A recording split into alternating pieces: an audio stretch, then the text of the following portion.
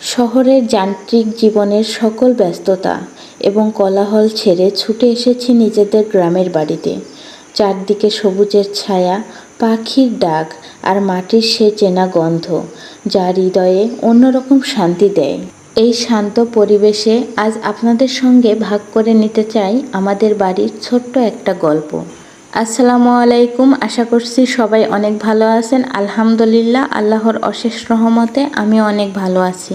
এই যে মুরগিটা দেখতে পাচ্ছেন, এটা আমাদের বাড়িতে পালা একটি ব্রয়লার মুরগি। অনেক দিন ধরে নিজের হাতে যত্ন করে বড় করা হয়েছে। সকাল বিকাল খাবার, পরিষ্কার পানি আর ভালোবাসা দিয়ে বড় করা হয়েছে এই মুরগিটাকে। আজ এই মুরগিটা ঘরোয়াভাবে গ্রামের ঐতিহ্যবাহী মাটির চুলায় রান্না করব আর আপনাদের সাথে শেয়ার করব। ভিডিওটি শেষ পর্যন্ত দেখবেন। বাজার থেকে এনে রান্না করা আর নিজের হাতে পালা মুরগির মধ্যে অনেক তফাৎ। এর প্রতি এক অন্যরকম মায়া জড়িয়ে আছে। আমি এখন একে ধরব। দেখুন কি সুন্দর বড় হয়েছে, একদম স্বাস্থ্যবান, ঝকঝকে এবং মজবুত শরীর। বাড়িতে পালা বলেই এর সাথে আলাদা একটি সম্পর্ক তৈরি হয়েছে। একে হাত দিয়ে ধরার সময় বুঝতেই পারছি কতটা যত্ন আর ভালোবাসার ছাপ আছে এর গায়ে। একে নিয়ে চলেই যাওয়া হচ্ছিল জবাই করার জন্য। তারপর মনে হলো একটু মেপে দেখি আসলে কত ওজন হয়েছে। নিজের হাতে যত্ন করে পালার পর ফলাফলটা দেখতে বেশ আনন্দই লাগে, তাই না? আমাদের ধারণা ছিল 5 কেজি হবে, কিন্তু 5 কেজির একটু কম হয়েছে। পালন করা মুরগি যখন দাড়িতে উঠে তখন এখানে মিশে থাকে অনেক স্মৃতি, সময় আর যত্নের গল্প। জবাই করে মুরগিটাকে আমি ভালোভাবে পরিষ্কার করে নিয়েছি। মুরগি পরিষ্কার করে নেওয়ার পর্বটা যদিও একটু কষ্টের, তবে এর প্রতিটা পালক তুলতে তুলতে মনে পড়ে যায় মুরগিটাকে বড় করার স্মৃতি। পরিষ্কার করার সময় ধৈর্য লাগে, কারণ সুন্দর রান্নার জন্য পরিষ্কার পরিচ্ছন্নতা সবচেয়ে জরুরি। মুরগিটাও আরও কিছুদিন রাখার ইচ্ছা ছিল, কিন্তু কি করার, যে গরম পড়ছে আর মুরগিটাও বেশ বড় হয়ে গেছে। এত গরমে বড় মুরগি রাখাটা অনেক ঝুঁকিপূর্ণ হয়ে পড়ে। কখন যে কি হয়ে যায় বলা যায় না। মুরগিটাকে ভালোভাবে পরিষ্কার করে কেটে নিয়েছি। এখন সামনে সাজিয়ে রাখা হয়েছে টাটকা ফ্রেশ মুরগির মাংস। বাড়িতে পালন করা বলে মাংসের টুকরোগুলোও একদম টনটনে, শক্ত আর স্বাস্থ্যসম্মত। এটাই হলো নিজের হাতে পালা মুরগির আসল সৌন্দর্য। বাজারের মুরগির চেয়ে এর স্বাদ, মান আর ঘ্রাণ একেবারেই আলাদা। এখানে আমি কিছুটা রান্নার জন্য তুলে নিচ্ছিলাম, আর বাকিগুলা ফ্রিজে রেখে দেব। এতগুলা মাংস তো একদিনে খাওয়া যাবে না। আপনারা দেখতেই পাচ্ছেন প্রতিটা টুকরো কতটা সুন্দরভাবে পরিষ্কার করা হয়েছে। এখানে ভালো রান্নার প্রথম ধাপ যত্ন করে কাটা, পরিষ্কার করা, তবেই আসবে সেই ঘরোয়া স্বাদ।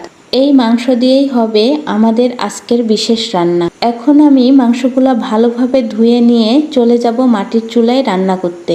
প্রথমেই আমি কড়াইতে পরিমাণ মতো পেঁয়াজ দিয়ে দিয়েছি। পেঁয়াজগুলো ভালোভাবে নেড়ে চেড়ে বাদামি কালার আনবো। পেঁয়াজের যখন বাদামি রং হয়ে যাবে তখন এর মধ্যে আমি আদা বাটা, রসুন বাটা, জিরা বাটা, গরম মশলা, তেজপাতা সব মশলাগুলো একসাথে দিয়ে দেব।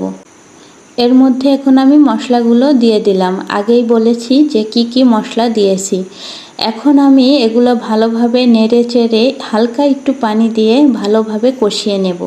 গ্রামের এই মাটির চুলার ধোঁয়া আর কড়াইয়ের নিচে জ্বলতে থাকা শুকনো কাঠের আগুন, এখানেই লুকিয়ে আছে আসল স্বাদের জাদু। মাটির চুলায় রান্না করার একটা আলাদা সৌন্দর্য আছে, কারণ ধীরে ধীরে কম আঁচে যখন রান্না হয় তখন মশলার ঘ্রাণ আর মাংসের রস একেবারে মিশে যায় একসাথে। মাটির চুলায় রান্না মানে ধৈর্য আর ভালোবাসার পরীক্ষা, আর সেই কারণেই এর স্বাদও হয় অসাধারণ। মশলা কষানো হয়ে গেছে, আমি এখন মাংসগুলা এর মধ্যে দিয়ে দেব। একটা কথা বলে নিই, মুরগিটা আমরা বিকেলবেলা জবাই করছিলাম, সেজন্য পরিষ্কার করে কেটে কুটে নিতে নিতে অনেক রাত হয়ে গেছে। আমি এখন রাতে রান্না করছি, সেজন্য ভিডিওতে তুলনামূলকভাবে আলো কম দেখা যাচ্ছে। মাংসগুলো কড়াইতে দিয়ে দিয়ে আমি ভালো করে নেড়েচেড়ে মশলার সাথে মিশিয়ে নেব। আমি এখানে আর কোনো পানি দেব না। মশলার সাথে ভালোভাবে মাংসগুলো মেশানো হয়ে গেলে আমি এটা ঢেকে দেব।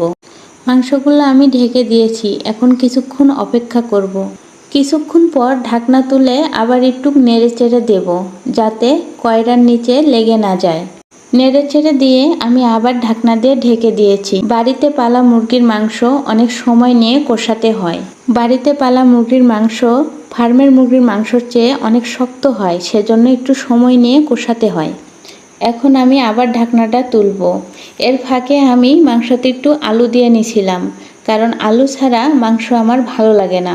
মাংসের মধ্যে আলুটা অনেক মজাদার হয়। মাংসের মধ্যে আলু আমাদের বাড়ির সবাই অনেক পছন্দ করে। দেখুন কি সুন্দর একটা কালার চলে এসেছে। আমার কষানো সুন্দরভাবে হয়ে গেছে। এখন আমি ঝোলের জন্য পানি দিয়ে দেব। ঝোলের জন্য পানি দিয়ে আমি কিছুক্ষণ রান্না করে নেব। কিছুক্ষণ রান্না করে নেওয়ার পরে আমার তরকারিটা দেখুন কি সুন্দর কালার চলে এসেছে। এই যে দেখুন, কড়াইতে ফুটে ওঠা গরম গরম ঝোল, মশলার সেই পুরনো ঘ্রাণ আর টাটকা মুরগির মাংস, সব মিলিয়ে just looking like a wow, তাই না? গ্রামের পরিবেশটাই এমন। এখানে প্রতিটি রান্নার পেছনে থাকে গল্প, মায়া আর আপনজনদের ভালোবাসা। নিজের হাতে পালা মুরগি নিজের বাড়ির উঠোন থেকে তুলে এনে রান্না করা, এটা শহরে ব্যস্ত জীবনের মধ্যে হয়তো অনেকেই বুঝবেন না, কিন্তু আমাদের কাছে এটা জীবনের একটা আনন্দের অংশ। রান্না শেষে আমি তরকারিটা অন্য পাত্রে ঢেলে নিয়েছি। আজকের এই তরকারিতে কেবল মুরগির স্বাদই নয়, মিশে আছে গ্রামের আলো বাতাস, প্রকৃতির সরলতা আর ঘরের মানুষের হাসিমুখ। আপনারা দেখতে পাচ্ছেন তরকারির রং কেমন ঝকঝকে, ঝোলটা কত সুন্দর ঘন হয়েছে, আর সেই তেলে ভাসছে মশলার আসল জাদু। এমন ঘরোয়া রান্না, এমন পরিবেশ, এটাই আমাদের গ্রামের সত্যিকারের সুখ। আজকের ভিডিওটি এই পর্যন্তই। ভিডিওটি ভালো লাগলে সবাই লাইক, কমেন্ট আর শেয়ার করে দিবেন। সবাই ভালো থাকবেন, সুস্থ থাকবেন। আল্লাহ।